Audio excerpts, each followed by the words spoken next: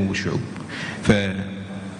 We'll go for the third presenter, Mr. John Mosby. He's operating in the Saudi Aramco Contracting Department, Claim Unit. He's been operating there for more than 10 years. And he's working right now as a contractor and a consultant for the engineering base at King Saud University. He's been operating for more than 25 years. In that perspective, please, thank you. The floor is yours. Thank you. I neglected to write into my bio that I'm Bedouin, so I tend to wander about the stage. Secondly, I would like to apologize in advance to my Commonwealth friends and colleagues. When I say owner, I really mean employer. And when I say program, I really mean schedule. So let's get started. This is sort of the agenda that we'll talk about, but to save time, I'm going to skip over it. Now, simply stated, a contract is a risk allocation tool. It assigns risk to the different parties of the contract. Simple as that. For example, if a company cannot provide a service or provide a good for themselves, they will transfer that risk to a contractor. This case we're going to study, there's an owner, project owner, they own a power generation plant and they want to expand it. Clearly they don't have in-house capability for design and engineering, so they will contract that out as well as the construction. Now, in a design bid build type of project delivery system, the owner-employer holds two contracts, one with the designer and one with the construction contractor. Typically, the designer is on a cost reimbursable or cost plus type basis. Now, with that, the owner has total control over the design. He can make as many changes as he wishes, as frequently as he wants, change his mind, and it doesn't impact the construction phase. Now, when you have a design-build type contract, that combines both of those risks for design and construction into one contract. And now, this will be on the final exam, so I want you to be careful, okay? Listen to this carefully. When you transfer those two risks together to the contractor, you also, as the owner, transfer control over those two. So, owner-employers that are accustomed to doing design-build type, they tend to carry that thought process down here. And we see a lot of problems with this, because then you see a high number of change orders in the design phase. So the owner-employer is still making changes thinking, oh, I still have full control over the design, when in fact he's transferred that risk to the contractor. This is where a lot of engineering disputes arise. Now, the published body of knowledge is full of studies. Globally, time is a problem. So I focused this paper, my co-author and I have focused our paper on just the Arab states and the area here. So if you look, you see Saudi Arabia, the projects on average are 46% late. On average in India, 55%, and the UAE, 50% late. This will not be on the final, but I would like you to keep these in your mind because we'll talk about them later and refer to them. Now, engineering disputes, we've learned over the last day and a half what are problems that arise that cause engineering disputes. Well, poorly written design documents is where it starts. And that's, you know, your specifications, code requirements, there are errors, omissions. But let's look at that last one down there. Vague or unclear language. Have you ever heard of somebody saying, well, I wrote the scope of work a little bit loose to give me some wiggle room? Well, my response typically to that is, if you have wiggle room, the contractor has wobble room. And the contractor will wobble on you. So be careful. You need to be clear and concise, especially when you're writing the scope of work, because the scope of work is the heart of any contract. Right? Makes sense. You have your lawyers that are writing the general terms of the contract. Those are all pretty standard, but the heart is your scope of work. That's where you're telling the contractor exactly what you want to build or exactly what you wish to buy. Now, design delays frequently arise due to compressed project schedules. You might ask, why is that? I've asked that, and there are many, many reasons. But a lot of times what happens is the owner-employer have either an unrealistic idea of how long this project should take, and so either just through ignorance or not knowing, they assign a very short performance period. So a lot of times what we see is we need to hurry up, get the design out, and we don't do a good job up front and the front-end engineering design, which we'll talk about in just a minute. So a compressed schedule puts the engineer under a lot of pressure to develop this design. Overcommitted engineers. Maybe the engineering firm has bid several projects and they won all of them, and they just don't have enough capacity. Increased scope of work, scope growth, as we call it. Insufficient data. Poor site survey. You know, when you're under the pressure to bid the project, you don't have much time, especially if the bid cycle or the tender cycle is short. You may not have enough time to go out to the site and do a proper site survey. What about as-built drawings? Drawings that are left over from the facility, from other projects? Does anybody here, have you ever had perfect as-built drawings? Yeah. If anybody raised their hand, I was going to say, I need to talk with you later, because I've never been on a project that the as-builts have been even close to perfect. So these type things give rise to engineering and design delay. Design development now. We're moving into the next stage. The owner-employer has an idea. I want to expand the capacity of my power generation plant. So then he develops what's known as the front-end engineering design, or the FEED documents. Now typically these are about 30% complete, up to 30%, just roughly. What happens if they're poorly defined? What happens if you have an abbreviated, a short period of time to develop these FEED documents? It introduces ambiguities. Ambiguities are unclear. It causes uncertainty, right? What about disagreements in interpreting what the FEED documents show? Where are the boundaries of the design?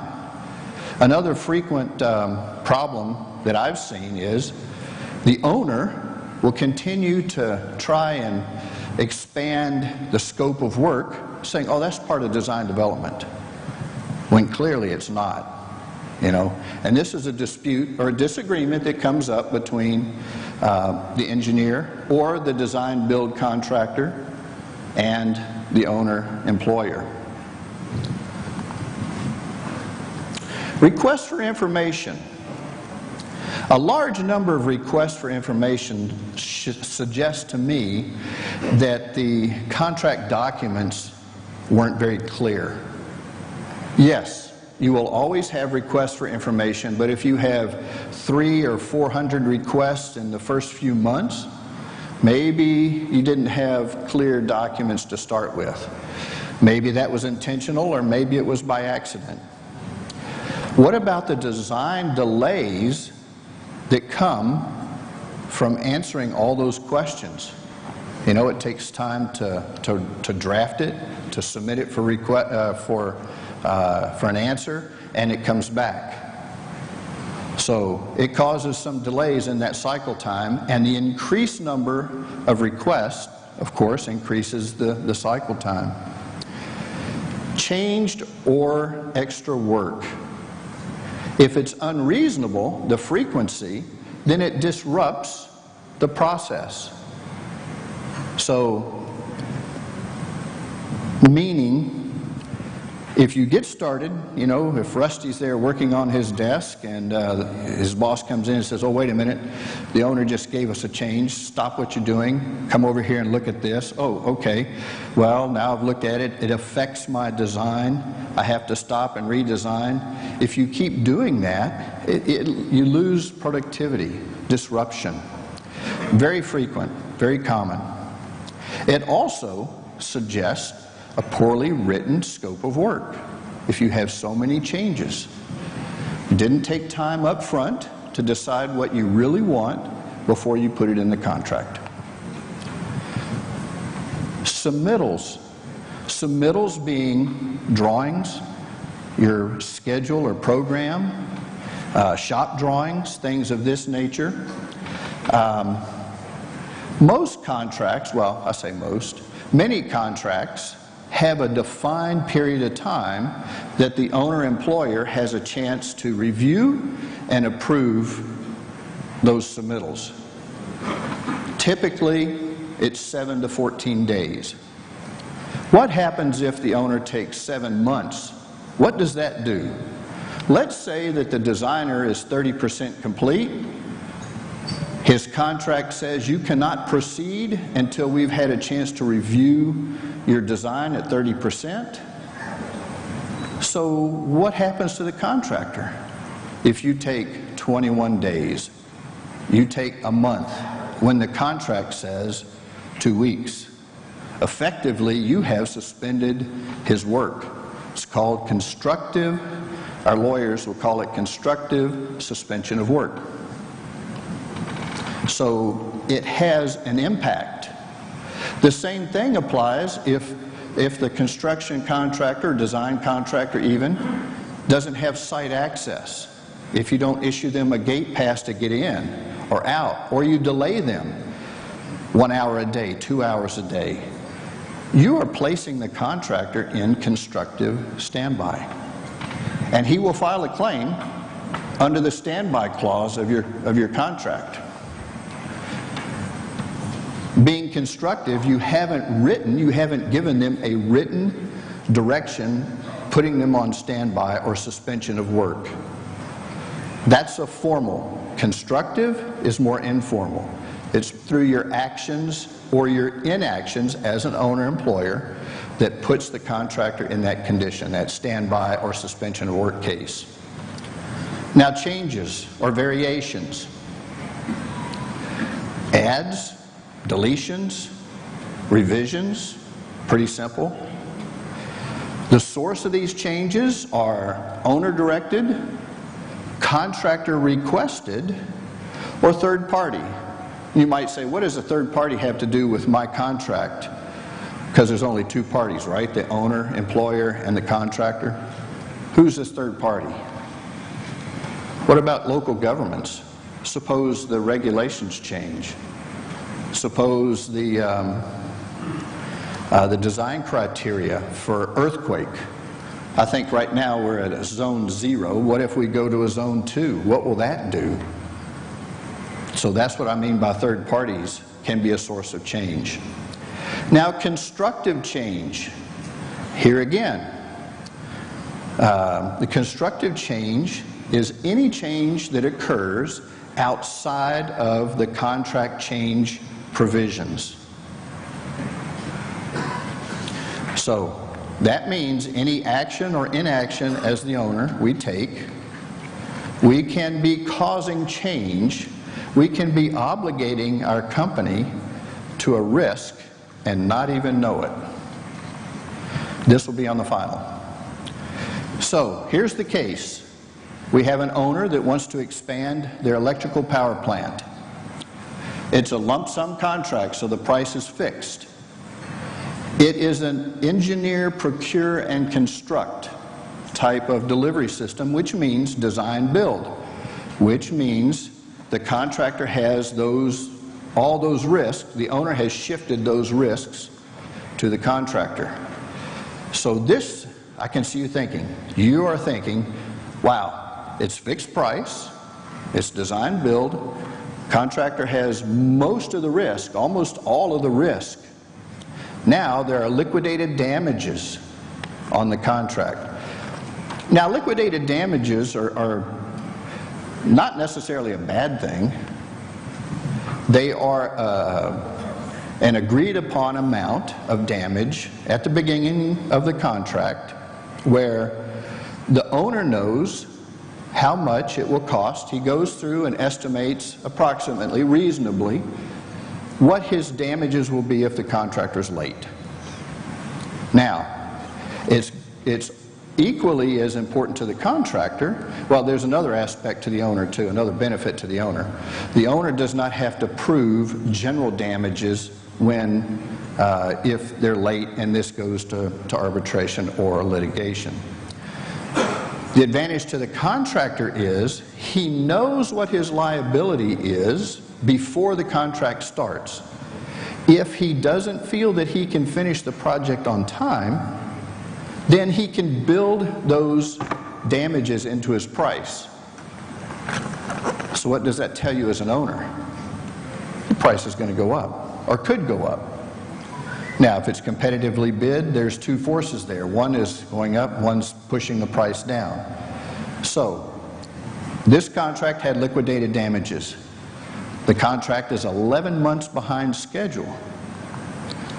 Sounds pretty rough for the contractor, doesn't it? Well, the contractor experienced engineering delays, which were beyond his control,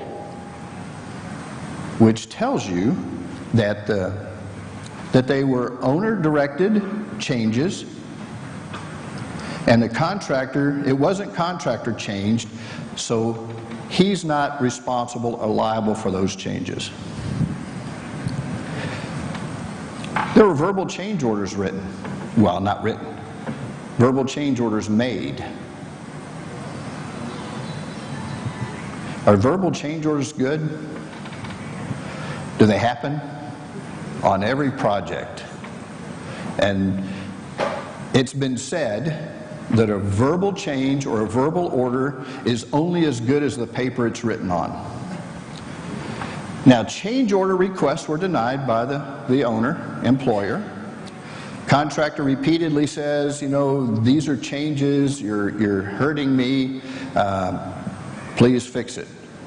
Repeatedly, they were denied. 7 months. The owner made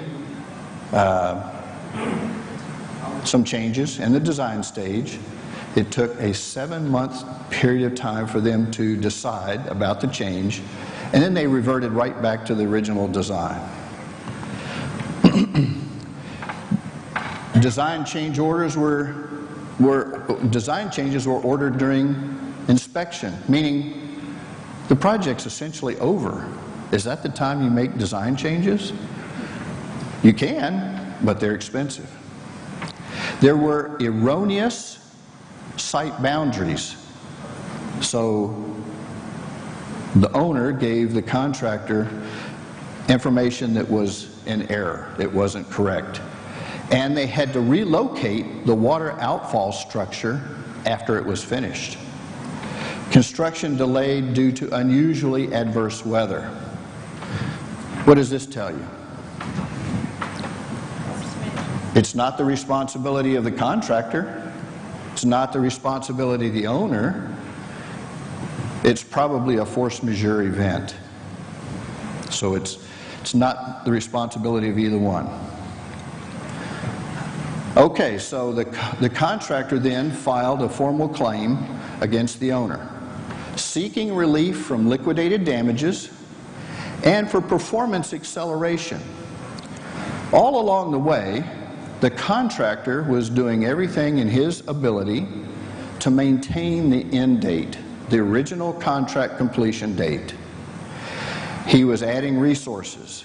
He was rearranging his program, his schedule activities, but he just couldn't make it. So he was trying to mitigate or make smaller the damages that he was incurring. This story has a happy ending. The contractor successfully convinced the employer, to extend the end date and to pay for any kind of, acceleration costs that were attempted,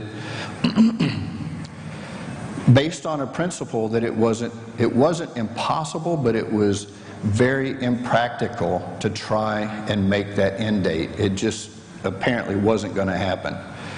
And then the contractor successfully delivered the project on the new agreed end date. So let's talk about some of the analysis of this case. Owner-directed delays. Contractor tried to mitigate the delay impact, failed to grant an extension of time, failed to cooperate and not hinder performance, unusually adverse weather, and then owner-supplied design data. All right. So the contractor experienced owner-directed delays in engineering. There was design direction during construction, and then there were acts of nature, the adverse weather. The owner failed to grant a time extension when those extensions were beyond his control, or beyond the control of the contractor. They are called excusable and compensable. Now, compensable, the root word is compensate. So they're excusable. The contractor is excused from performance, and he is due money. So this will tell you that this delay, or these delays, excusable, compensable, are the owner's delay event or responsibility. Now, when the owner doesn't issue change orders extending the schedule, what happens is the liquidated damages clause falls away and time is set at large, meaning you don't have a meaningful end date to the contract any longer. So then the contractor's responsibility, now this will be on the final, because this happens all the time, and this is something that we don't talk about openly.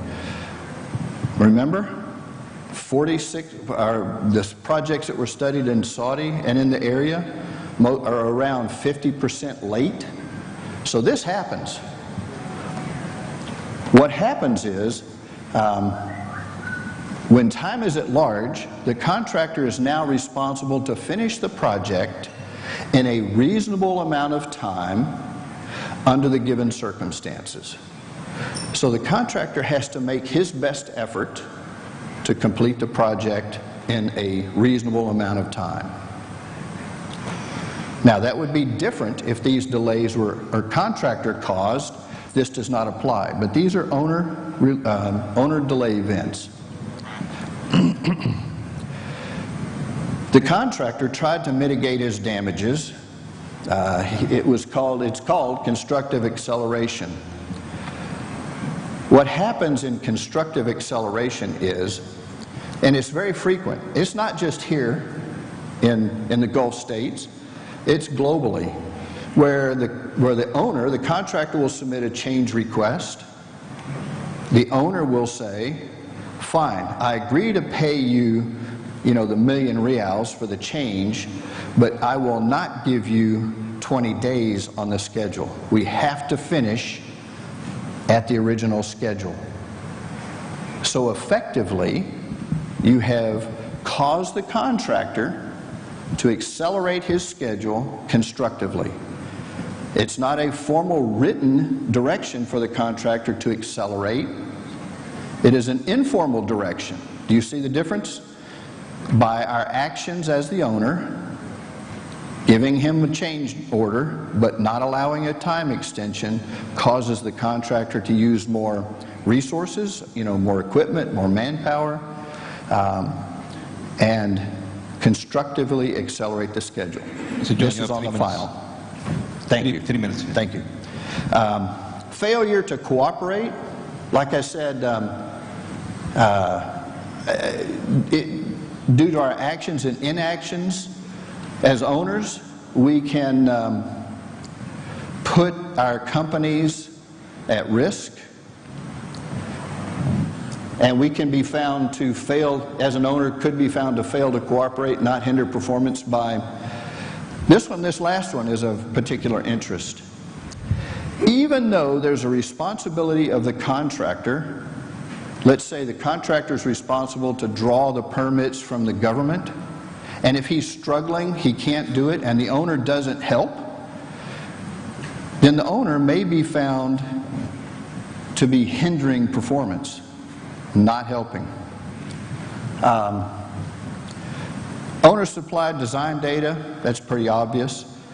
Unusually adverse weather, we've talked about that.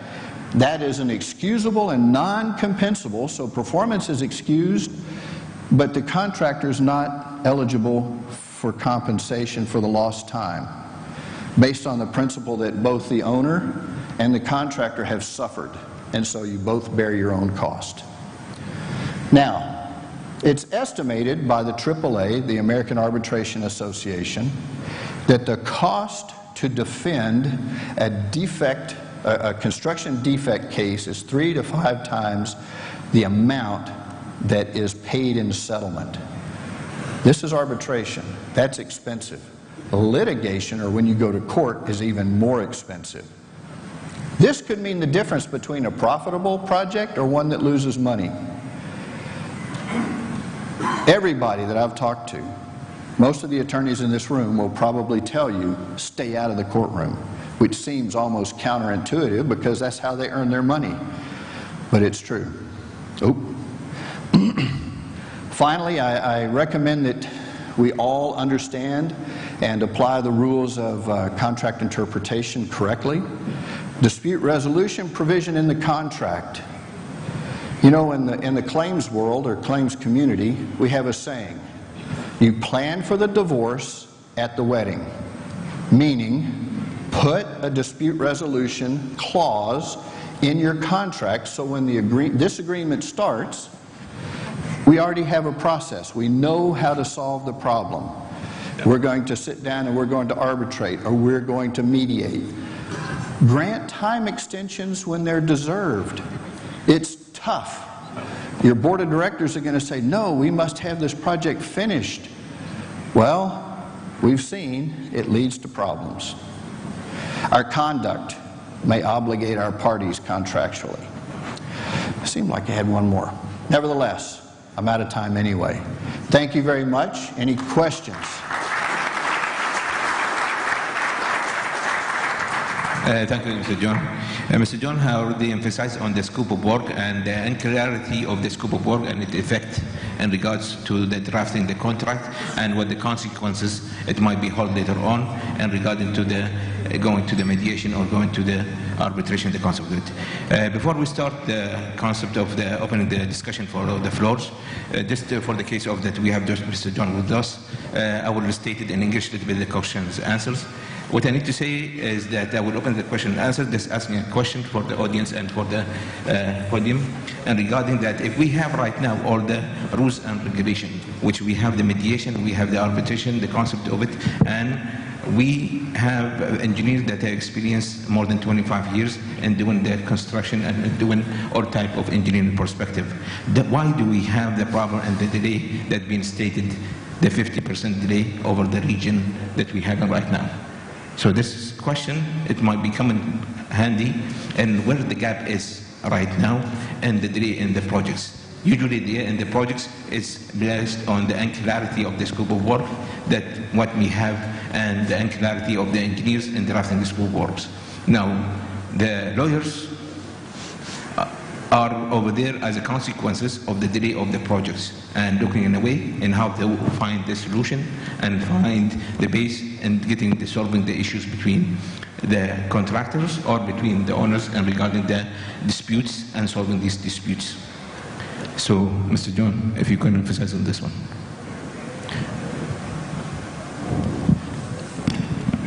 My question is, why we have the gap at 50% delay if we are experienced engineers and regarding to Yeah.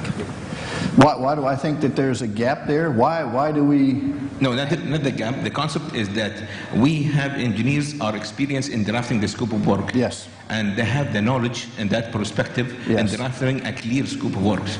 Now, what you emphasize in your presentation, saying that we have a delay of 50% due to the unclarity of the scope of works between the contractor and between the owner in delivering the projects.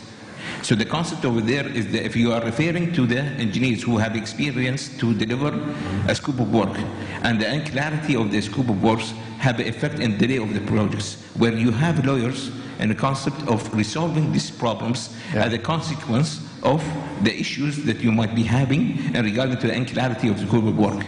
Is the gap is in the engineers that drafting the scope of works? You know, thank you, that's great. I'll briefly tell you about my personal experience. You know, I was at a university for about 2 years, 3 years, and actually I was going to ask the same question. Is it easy to write a good scope of work? No. I was assigned to do the site paving, okay? So I wrote the most beautiful scope of work ever written. I went across the construction trailer, which is maybe 3 meters. I gave it to our contract administrator to develop a site paving contract for a construction site. I went back and I sat at my desk and I'm working away, and the next thing I know, he returned it to me by airmail. He threw it at me and it hit my desk, and I said, "What? This is the most beautiful work of art ever." He said, "You need to fix that scope of work. It is not easy to write a good scope of work." And I know those of you that are with us today have perhaps struggled with writing a good scope of work that clearly explains everything that you want the contractor to do. You know, there are no perfect contracts, and there's a lot of uncertainty in engineering and construction. But there are 2 things that are certain in construction contracting. There will be changes and there will be disagreements. So you just keep that in the back of your mind. And thank you.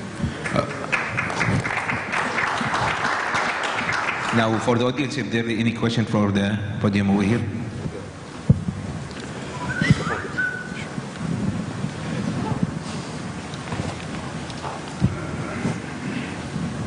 Assalamu alaikum.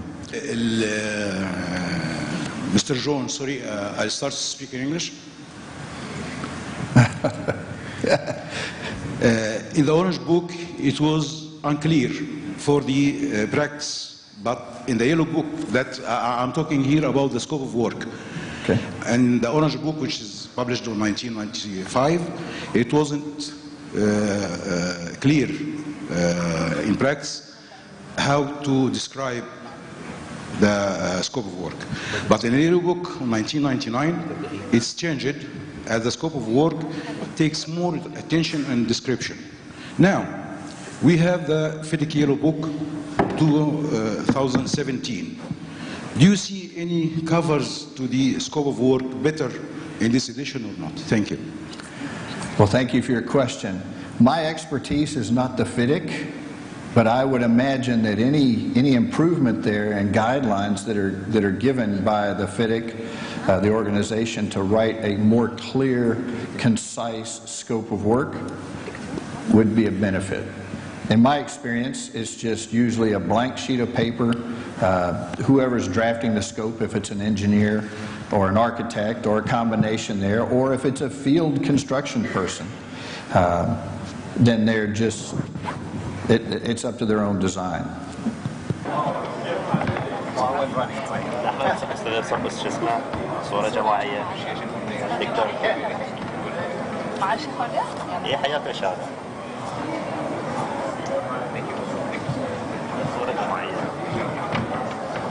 I used to think I was a smart guy.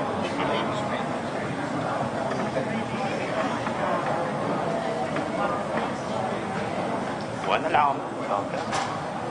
اختفى. اختفى العامل.